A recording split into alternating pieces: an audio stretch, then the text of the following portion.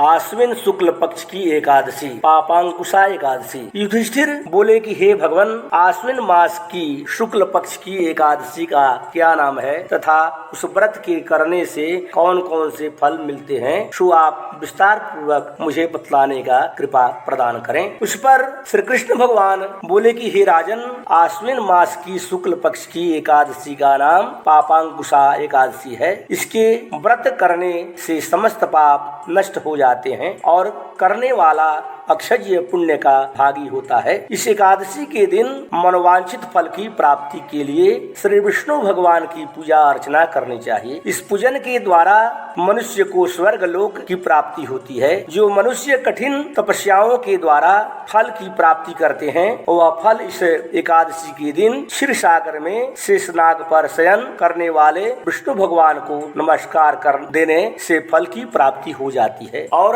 मनुष्य को यम के दुख नहीं भोगने पड़ते। जो विष्णु भक्त शिव जी की निंदा करते हैं अथवा जो शिव भक्त विष्णु भगवान की निंदा करता है, वे नरक को चले जाते हैं। 1000 अश्वमेध और 100 राजसूय यज्ञ का फल इस एकादशी के फल के 16वें हिस्से के बराबर भी नहीं होता है। अर्थात एकादशी व्रत के समान संसार में अन्य व्रत नहीं है। एकादशी के समान विश्व में पवित्र तिथि नहीं है। जो मनुष्य एकादशी व्रत नहीं करते हैं, उन्हें पाप घिरे रहते हैं। यदि कोई मनुष्य किसी कारण के वश में होकर एकादशी का उपवास करता है, तो उसे यम दर्शन नहीं होते। इस एकादशी के व्रत के मनुष्य को स्वस्थ शरीर और स्वस्थ स्त्री तथा धन धान्य मिलता है। अंत में स्वर्ग की प्राप्ति होती है। जो मनुष्य इस एकादशी के व्रत में रात्रि जागरण करते हैं, उन्हें बिना किसी रोक के स्वर्ग मिलता है। जो मनुष्य इस एकादशी का व्रत करते हैं, उनके मातृ पक्ष के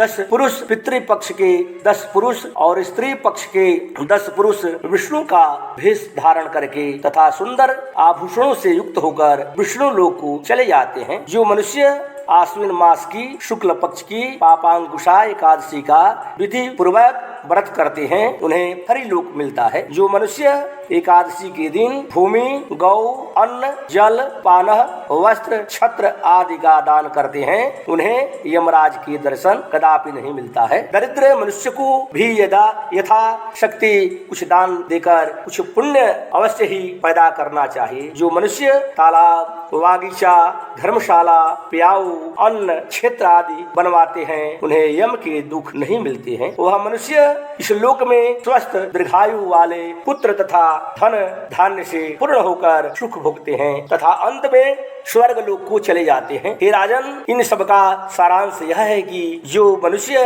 धर्म करते हैं, उन्हें सुख मिलता है और जो अधर्मी है, उन्हें दुर्गति भोगनी पड़ती है। जो मनुष्य आपने मुझसे यह पूछा था, उसका उत्तर तो मैंने आपको दे दिया।